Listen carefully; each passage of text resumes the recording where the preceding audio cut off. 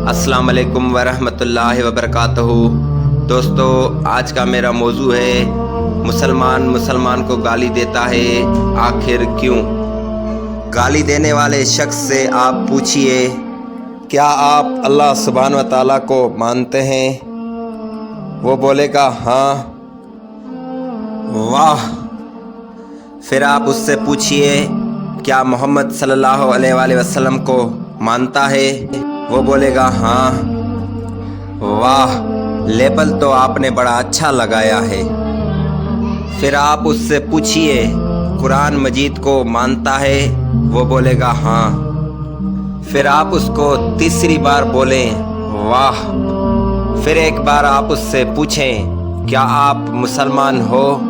وہ بولے گا ہاں۔ پھر آپ اس سے گزارش کرتے ہوئے ایک بات کہیں، تعلق تو آپ کا بڑی اچھی نسبتوں سے ہے، لیکن یہ آپ کی بات بات پر گالی دینے والی عادت بڑی گندی ہے۔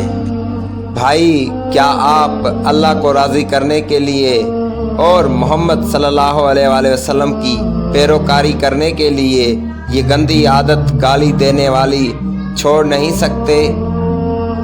ابھی اگر آپ اللہ کے لیے گالی دینا چھوڑ دیں گے تو اللہ آپ کے سارے گناہوں کو نیکیوں میں تبدیل کر دے گا۔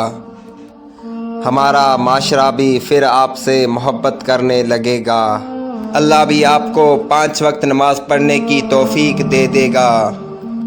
بڑا آسان ہوتا ہے یہ کہہ دینا کہ اللہ مجھے 5 وقت نماز پڑھنے کی توفیق دے دے، مشکل ہوتا ہے اپنی گندی باتوں کو چھوڑ کر اللہ سے اچھی باتوں کی توفیق مانگنا۔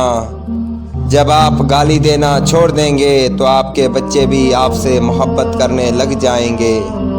فیصلہ آپ کے ہاتھ میں ہے، آپ کیا چاہتے ہیں؟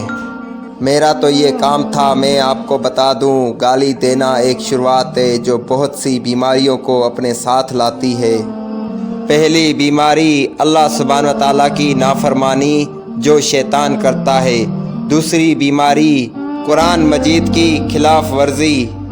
تیسری بیماری محمد صلی اللہ علیہ وآلہ وسلم کی پیروکاری سے دور ہو جانا۔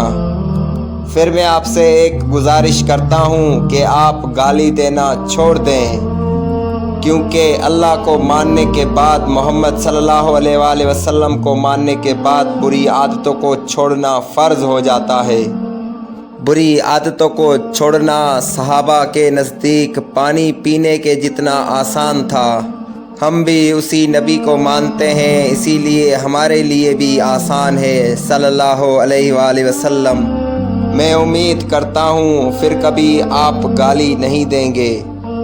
میں دعا کرتا ہوں اللہ سے، اللہ ہمیں اچھی باتوں کو اپنے اوپر سجانے کی توفیق دے، آمین یا رب العالمین۔